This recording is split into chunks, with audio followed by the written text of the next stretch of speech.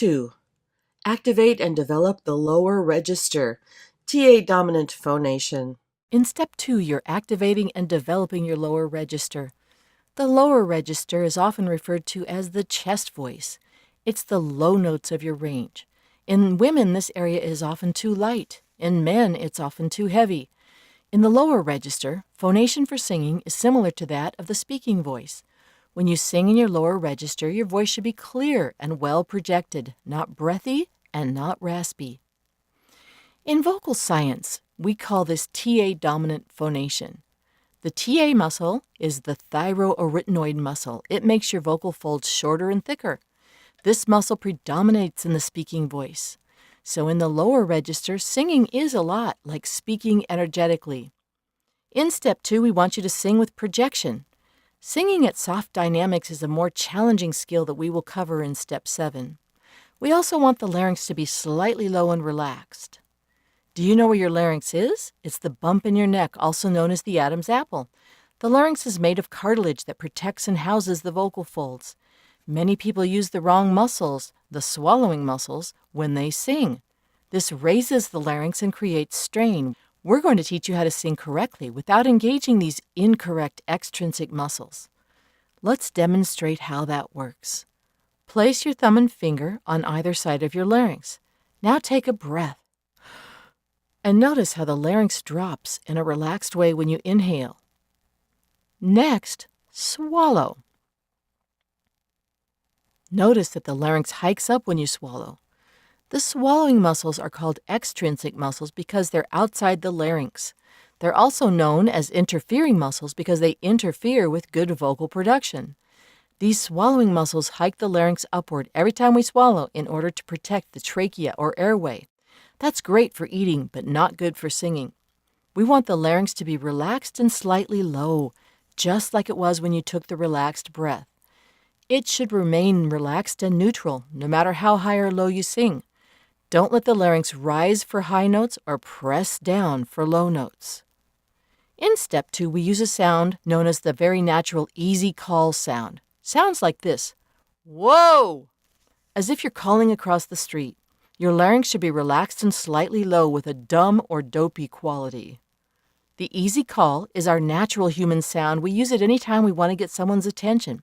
This sound is not forced or strained, but it is energized and projected with a deep, rather masculine quality. Use appropriate energy and sing clearly. Some breathy singers will need additional help with the adduction exercises.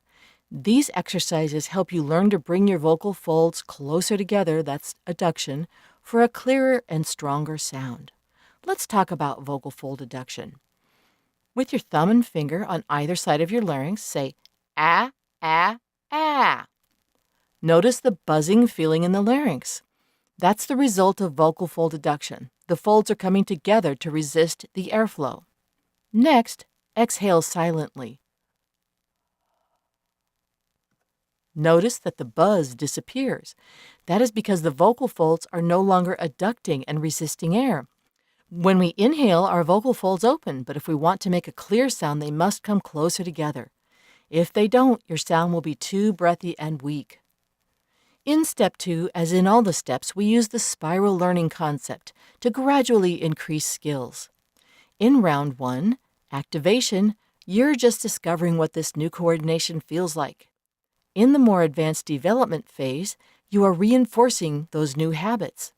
Eventually, the new skill becomes natural and a healthier habit has been formed. For this to happen, though, you must practice with focused attention, looking in the mirror and paying attention to the new skills you are working on. Vocal training is not a warm-up, it's skill development. To change a habit, you need focus. Remember to log your practice sessions in your SLAS practice journal and bring the journal each week to show your teacher how you did that week. Wear your SLAS breathing belt and focus by watching yourself in the mirror as you vocalize, expanding front, sides, and back. How your voice works. The phonation system. In Chapter 2, we discussed the phonation component of the voice system. The phonation system is also known as the vibrator. The phonation component of the voice system is comprised of the vocal folds, which are made up of muscle, ligament, and mucosa, and of the larynx, pronounced larynx, not larynx, a housing structure surrounding the vocal folds made of cartilage and muscle. The folds must be brought together to the midline of the glottis to initiate phonation. This is known as approximation or adduction. After they are brought to midline, the folds begin to vibrate open and closed in response to air flowing up through the trachea from below the glottis, or subglottally. During efficient vocal production, the intrinsic LCA and IA muscles cause the arytenoid cartilages to approximate, swivel, and rotate, bringing the folds to the midline. If the LCA, IA, and TA muscles are not sufficiently coordinated, an oval hole occurs in the folds during phonation, creating a breathy quality in the voice. To counteract inadequate fold closure in the first 5 steps of the 8 steps of vocal development, we use adducted onset exercises to encourage better vocal fold closure. These exercises are also known as coup de glotte. They're a temporary tool. Other ways to counteract breathy singing include voiced stop consonants like G, B, and D, and the moderate compression creak exercises. The vocal folds are closed when we swallow. Air causes the vocal folds to vibrate between open and closed when we talk. The vocal folds are open when we breathe or inhale quietly. And the intrinsic muscles of the larynx on the right-hand side, you can see the cricothyroid muscle, which is between the thyroid and cricoid cartilages. It tilts the thyroid cartilage downward and actually pulls the cricoid up a little bit as well. This action causes the vocal folds to lengthen. And on the right-hand side here, we can see the thyroarytenoid TA muscle, which includes the vocalis. Tools for training voices. Consonants.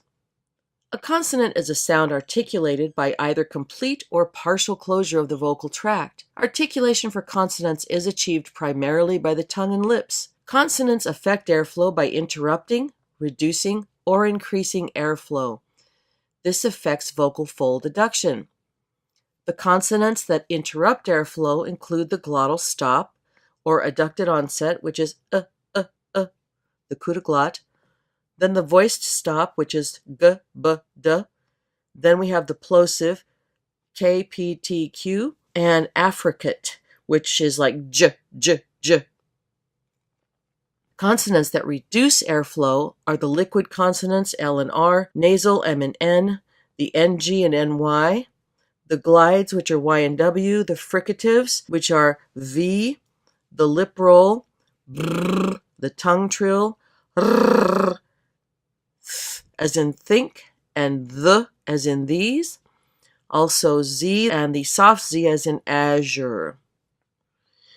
Sibilant fricatives are F and S, and sh as in she. Consonants that increase airflow are the voiceless glottal fricatives H and HW. Teaching the step. The objectives of Step 2. 1. The student activates and develops TA, thyroarytenoid muscle dominant, lower register singing with appropriate vocal fold adduction, clarity, and projection. Singing at soft volumes is a more challenging skill that we will cover in Step 7. 2. The student sings with a slightly imposed larynx in the initial exercises to counteract laryngeal hiking and extrinsic muscle activity. 3. The student learns beginning vibrato with the basic pulse vibrato. 4. The student performs voiced stop and adducted onset exercises if necessary to improve vocal fold adduction. In Step 2, activate and develop the lower register, the lower notes of your student's range. Knowing their vocal category is vital. If they are in the unbalanced pulled lower category, you won't need to linger on this step. Unbalanced pulled lower category singers should perform the step 2 exercises with a relaxed approach and with less volume. Be sure to stay below the first bridge. Don't take these exercises too high. If they are in the undeveloped or unbalanced light lower categories, you will need to work through all the exercises, including the adducted onset exercises. Category-based objectives.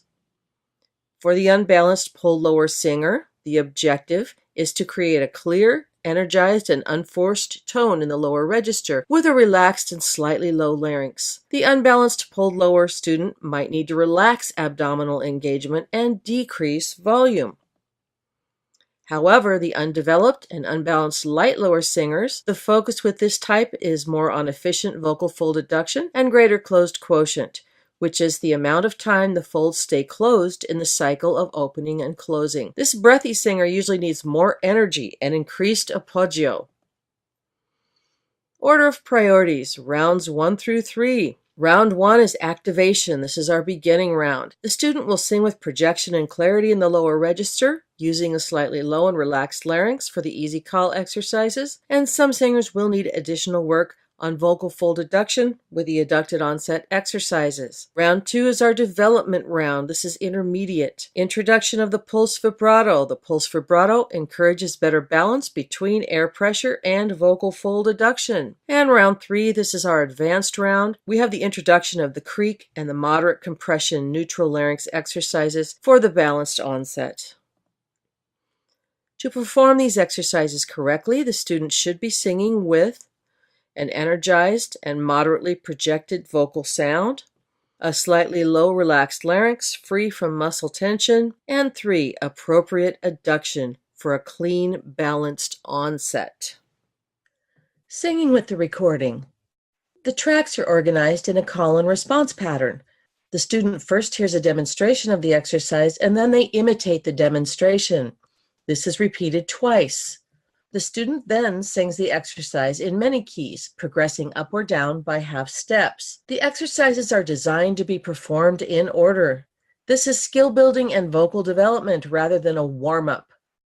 Over the span of many weeks, you should work first through the round 1 beginning exercises in order, then the round 2 intermediate exercises, followed by the round 3 advanced exercises. The skills developed in each exercise prepare the student for the challenge of the following exercise. Some vowels and consonants are represented in IPA for clarity. They're surrounded with brackets. Teaching tips. The sound should be energized, clear, and projected. Remember our motto. Just enough and not too much. Too much air pressure and vocal fold adduction will create a raspy sound. Too little air pressure and vocal fold adduction will result in an anemic and breathy sound. We're always looking for a balance between vocal fold adduction and air pressure. The larynx should be slightly low for the first 6 exercises through the intro to semi-occluded exercise. The larynx can be higher for the adducted and pharyngeal exercises. The adduction exercises. Not everyone needs these. Only use these exercises if there is inadequate vocal fold adduction. Normally, this is the undeveloped and unbalanced light lower category singers. Most men are not going to need the adduction exercises, for example, in the lower register. The adage, sing as you speak, si canta come si parla, is relevant here.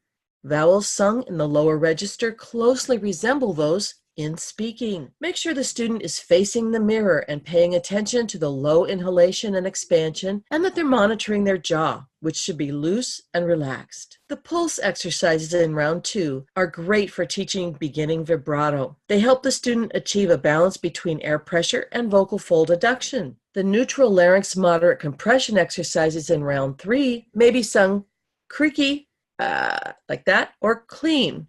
They are effective at encouraging a balanced onset and moderate vocal fold compression. They are performed with a larynx that is neither high nor imposed, a speech-level laryngeal position. In step 2, our goal is to develop the lower register, the notes occurring under the first bridge or primo passaggio. That's A flat to B flat for most women and D flat to E flat 4 for most men. The TA or thyroarytenoid muscle is quite active in this area, just as it is in our speaking voice. When singing, just as in speaking, the voice should be clear and strong, not breathy or weak. When performing the exercises, please face the mirror, place your hands on your waist with your thumbs around the lower ribs, and expand the area under your hands as you inhale. Maintain a slight resistance against the hands as you sing. Please sing with energy. We should be able to hear you in the next room. The following are the Step 2 exercises demonstrated by a male vocalist.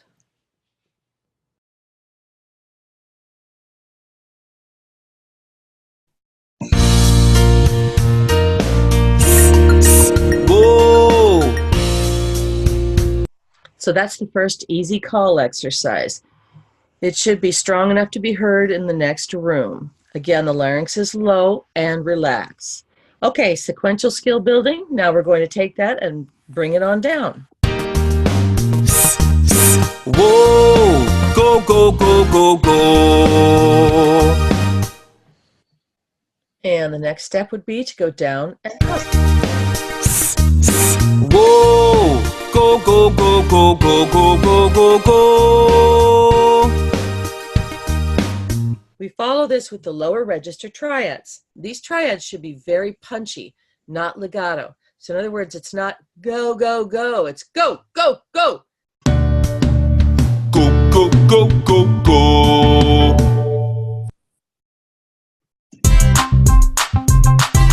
Go, go, go, go, go, go, go, go, go! And again, this is very staccato, very punchy, not go, go, go, but go, go, go. And our next exercise introduces the student to the semi-occluded sounds. Okay, these are very, very valuable exercises to learn, but you got to learn them correctly. Make sure that they take 3 fingers of each hand, press up the cheeks so that the weight of the cheek is lifted and the lips are vibrating loosely, like this. Brrr. Make sure the vocal folds are adducted and that there's a core of the sound. We don't want brrr. We want brrr. If they lose that core of adduction, have them say brrr, brrr, until they can maintain vocal fold adduction while doing the lip roll.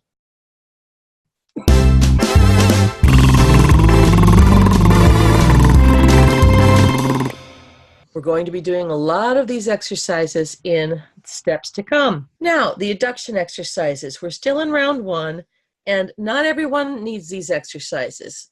Most men probably will not need to do these adduction exercises. Most children will need to do them, and many women. With the adduction exercises, the idea is that you sing it like you speak it. So have them speak the vowel, ah, ah, ah. We say, I eat an apple. We don't say, I eat an apple. So these little coup de glotte exercises are really, really effective at teaching students to adduct the vocal folds. And we are going to discard them as we get more advanced.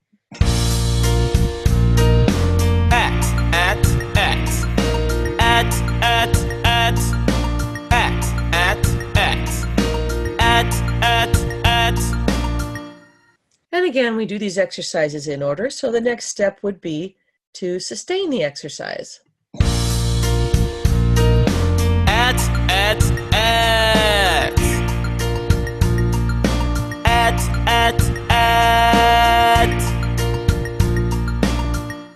Notice how the sung portion and the spoken portion are very similar.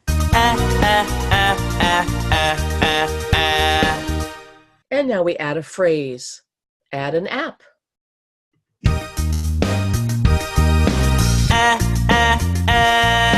Add an app. Now we're going to go down and up. Add an app. Notice on the second part of the phrase, we're singing legato. Add an app, not add an app. These next exercises are the pharyngeal exercises. They're also known as voce di strega, voice of the witch, bratty, nasty. Again, they're designed to increase vocal fold adduction. These can be done with the tongue out.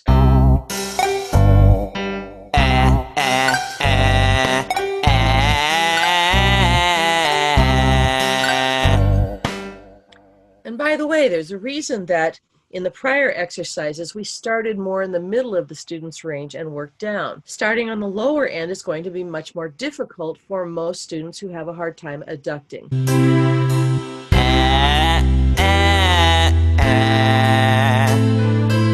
Make sure they're really sliding here. Okay? Not just going from note to note, but sliding and hitting every note in between the two notes.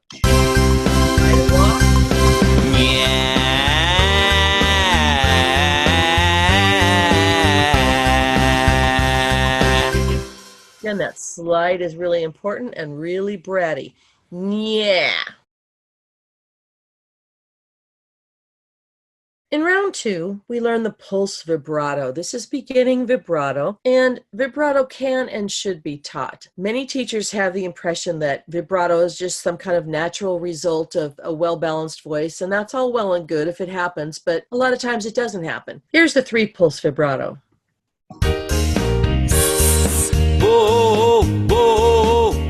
Make sure on the pulses that the hiss is connected. It's not. Eventually, when the student has worked on these exercises for a while, you'll ask them to increase the speed of the vibrato, but don't do that right away. This takes a while to be able to do it more quickly, but here's what the faster one sounds like. Whoa, whoa. Here's the 5-pulse vibrato that follows our 3-pulse slow. Whoa, whoa. Now we have a 5-pulse vibrato at the end of a phrase. Go, go, go, go, go. Again, it's specifically 1, 2, 3, 4, 5 pulses. No more, no less. Later on, we'll increase the speed, and now we're going to pulse on every note. Go, go, go, go, go. Notice that this is 4 pulses on each note, 5 on the end. And of course, we'll speed it up eventually. Pitch challenge. Some students have a real challenge matching pitches. These exercises are great for those students. No, no, no, no, no, no, no, no, no. Pitch challenge 2 is pretty advanced. I would not give this to a beginning student, but again, remember spiral learning. We're always increasing the challenge of the exercises as we go. Here's the more challenging pitch challenge 2 exercise. No, no, no, no, no, no, no, no, no, no,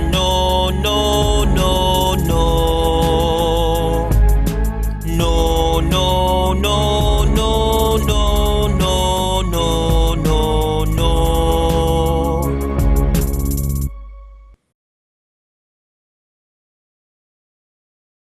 And now we're ready for round 3 of the advanced exercises. Our objective in round 3 is moderate compression. And we can achieve this moderate compression by introducing the idea of the creak exercise. So the creak has a lot of advantages. For people who overcompress, it releases. And for people that don't adduct enough, it helps them learn to achieve better vocal fold adduction. So the creak sounds like this. On the following exercise, you can choose to do this creaky or clean.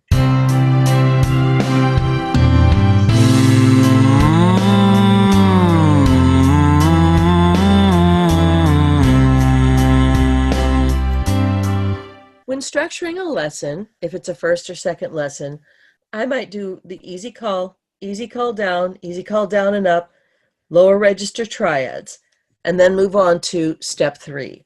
You're not going to spend the whole entire lesson on any one step. You want to get as many steps as possible in each lesson.